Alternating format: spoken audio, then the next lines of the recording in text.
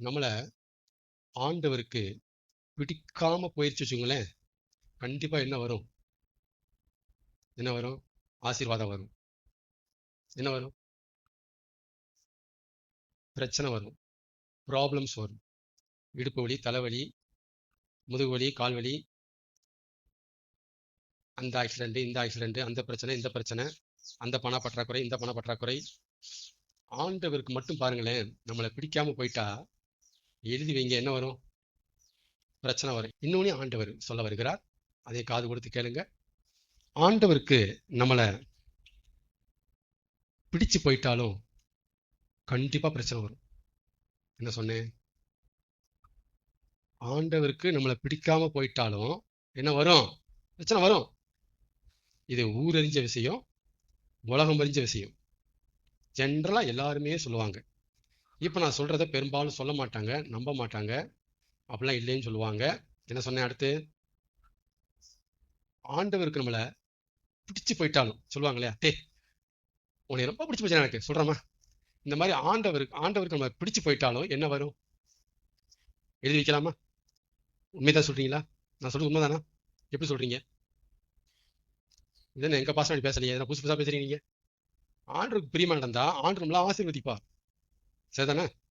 ஆண்டவர் ஜெபத்தை கேட்பார். இப்படித்தான் நீங்க பேசணும். ஆண்டவருக்கு பிடிச்சு போயிட்டா பிரச்சனை வரும்னு எப்படி சொல்றீங்க? அப்ப ஒரு விசுவாசி தனக்கு பிரச்சனை வந்த உடனேயே ஒரு பெரிய குண்டை தூக்கி போடக்கூடாது. என்ன குண்டு? ஆண்டவர் எனக்கு பிடிக்காம போயிடுச்சு பிரதர், ஆண்டவர் எனக்கு பிடிக்காம போயிடுச்சு, நான் என்ன பண்ணுவேன் அப்படின்ட்டு உடனே குண்டை எடுத்து நம்ம தலையிலே போடக்கூடாது. அப்படி போடுறோமா? இந்த ட்ரூத்தை நல்லா உள் வாங்குங்க. பிரச்சனை வந்துட்டாலே நம்முடைய மைண்ட் செட் ஆண்டவருக்கு நம்மளை பிடிக்காம போயிடுச்சு. ஏன் பிடிக்காம போயிடுச்சுன்னா, நாம ஏதோ தப்பு தண்டா பண்ணியிருக்கோம், நம்மகிட்ட கொஞ்சம் பரிசுத்த குறைச்சல் காணப்படுது. என்ன குறைச்சல்? பண குறைச்சல் இல்ல, பரிசுத்த குறைச்சல் காணப்படுது. அதனால ஆண்டவர் நம்மளை அடித்து விட்டார். பிரச்சனை வந்த உடனே ஒவ்வொரு விசுவாசியுடைய மனசுல எழும்புகிற எண்ணம் இதுதான்.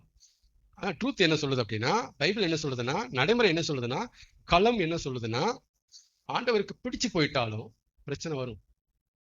கண்டிப்பா சொல்றேன், எழுதி வைங்க, கேரண்டியா. ஆமே. யோபுக்கு பிரச்சனை வந்தது, யோப ஆண்டவருக்கு பிடிக்காம போனதுனாலயா, ரொம்ப ரொம்ப பிடிச்சு போயிட்டதுனாலயா? ஆண்டவருக்கு ரொம்ப பிடிச்சு போயிட்டதுனால யோபுக்கு பிரச்சனை வந்துச்சு. சரியா தப்பா? ஆண்டவருக்கு பிடிச்ச மாதிரி வந்தா என்ன வரும்?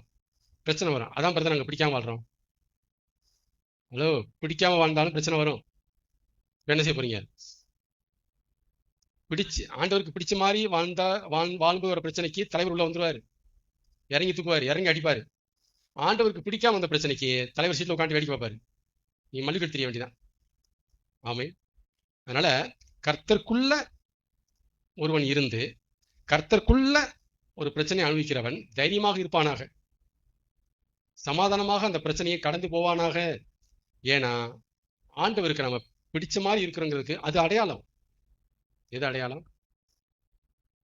பிரச்சனை வந்தா ஆண்டவருக்கு நம்ம பிடிக்காம இருக்கிறோங்கிறது அடையாளம் காமிக்கிறாங்க. நான் ஒண்ணு சொல்லித்தரேன், புரிஞ்சுக்கங்க. நமக்கு பிரச்சனை வந்தா கர்த்தருக்குள்ள இருக்கிற ஒரு நபருக்கு, கர்த்தருக்காக பக்தி வைராயக்கமா இருக்கிற ஒரு ஆளுக்கு பிரச்சனை வந்தா கர்த்தரை அவங்கள கர்த்தருக்கு ரொம்ப பிடிச்சு போச்சுன்னு அதுதான் அடையாளமே.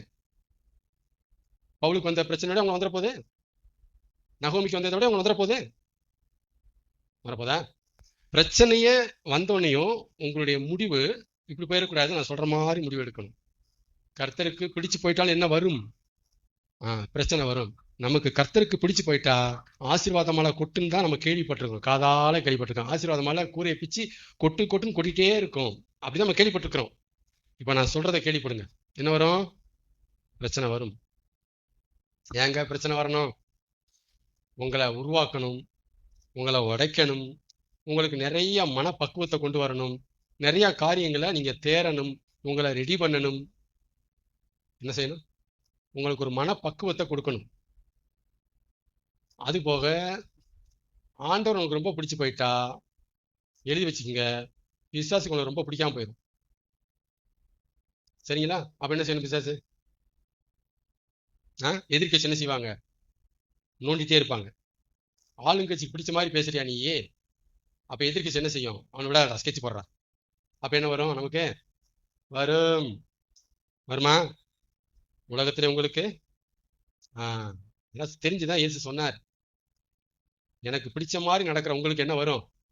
ஆசீர்வாதம் மட்டும் இல்ல, என்ன வரும்? உபத்திரவம். நான் சொல்ற மாதிரி வசனத்தை படிங்க. எனக்கு பிடிச்ச மாதிரி இருக்கிற உங்களுக்கு உபத்திரவம் உண்டு, ஆனாலும் கவலைப்படாதீங்க, நான் உங்களோடு கூட இருந்து உபத்திரவத்தின் மத்தியில நடத்தி உங்களை எடுத்து மேலே கொண்டு வந்து நிப்பாட்டிடுவேன். ஆகிலும் தைரியமா இருங்க, நான் உலகத்தை ஜெயிச்சேன். ஆமென். கர்த்தர் நல்லவர். பிரச்சனைக்கு காரணம் கடவுள், தெய்வம். இந்த பிரச்சனைக்கு இடம் கொடுத்ததே நம்மால் தாங்க, கர்த்தர் தாங்க, தெய்வம் தாங்க அப்படிங்கிற உண்மை சிலருக்கு வெறுப்பு வருது ஆண்டவர் மேல. வருதா? ஏன் இப்படி இடம் கொடுக்குறாரு பிரச்சனைக்கு? எதுக்கு? உங்க தானே கும்பிடுறேன் நானு, வார வாரம் போறேன், தசம் போகணும்னா மாசம் மாசம் கரெக்டா வச்சிடுறேன், பைபிள்லாம் எப்படியாவது நான் படிச்சிடறேனே. எவ்வளவு கஷ்டமா இருக்கு வேலையில, வேலை பார்த்து அழுத்து, ஐயோ வந்தா எங்கடா படுப்போன்னு வந்தா கூட ஒரு பாட்டை பாடிடுறேன். நைட்டு 2 வசனத்தை கண்ணால பார்த்து வாசிடுறேன். எத்தனை வசனம்? 2 வசனம். 2 வசனத்தை கண்ணால பார்த்து நான் வாசிடுறேனே. அப்புறம் எதுக்கு ஆண்டவர் இன்னும் பிரச்சனைக்கெல்லாம் இடம் கொடுக்குறாரு அப்படின்னு ஆண்டவர் மேல கசப்பு, ஆண்டவர் மேல வெறுப்பு, ஒரு முறுமுறுப்பு சிலருக்கு வருது. யோபின் மனைவிக்கு வந்துச்சா? என்ன வந்துச்சு? யோபுக்கு பிரச்சனைக்கு இடம் கொடுத்தோனையும் யோபின் மனைவிக்கு ஆண்டவர் மேல கசப்பு வந்துருச்சு, வெறுப்பு வந்துருச்சு.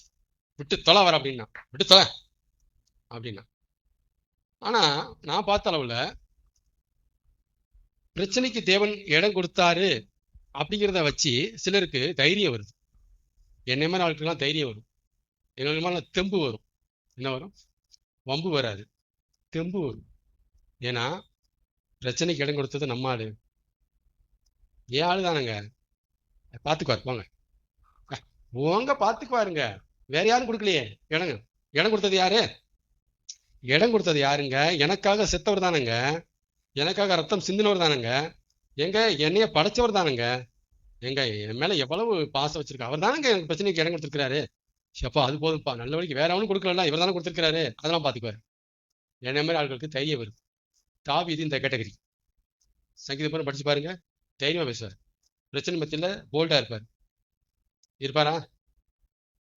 என்ன சொன்னேன்? நான் சொல்றேன்னா உள்ள போதா? கர்த்தர் நல்லவர். நகோமினா பாருங்க, கணவன் இறந்துட்டாரு, பிள்ளையா இறந்துட்டாங்க, 2 மருமக்கள் மாறல, ஒரு மருமக தான் வரா, ரூத் தான் கூட வரா, இன்னொருத்தி வரமாட்டேங்கிறா, ஓர்பால் வரமாட்டேங்கிறா. கடைசியா இப்படி நிறைஞ்ச குடமா போனவங்க குடமா திரும்பி வராங்க. நகோமியும் ரூத்தும் தான் மறுபடியும் சொந்த தேசத்துக்கு வராங்க. அவ பாருங்க என்ன சொல்றான், கர்த்தர் எனக்கு கசப்பை கட்டளை இட்டார், இப்படிலாம் சொல்லாதீங்க அப்படி சொல்லி கர்த்தருக்குள்ள தைரியமாவே இருக்கிறா. இதெல்லாம் வித்தியாசமான கேரக்டர்.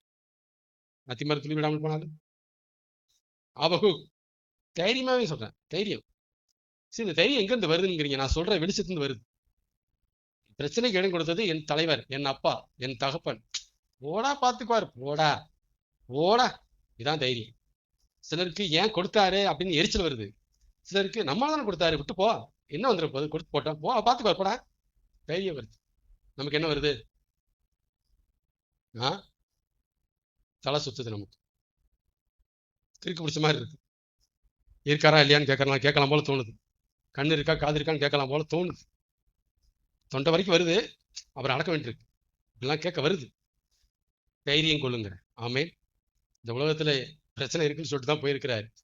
அதனால பிரச்சனையை ஃபேஸ் பண்றதுக்கான ட்ரூத்து நம்மகிட்ட ரொம்ப கம்மி. கிறிஸ்தவத்துல பிரச்சனைகளை மேற்கொண்டு ஜெயிச்சு அதை துணிஞ்சு போய் சந்திக்க வைக்கிற ட்ரூத்து, வெளிச்சங்கள், உபதேசங்கள் கிறிஸ்தவத்துல அதிகமா பேசப்படுறதே இல்லை.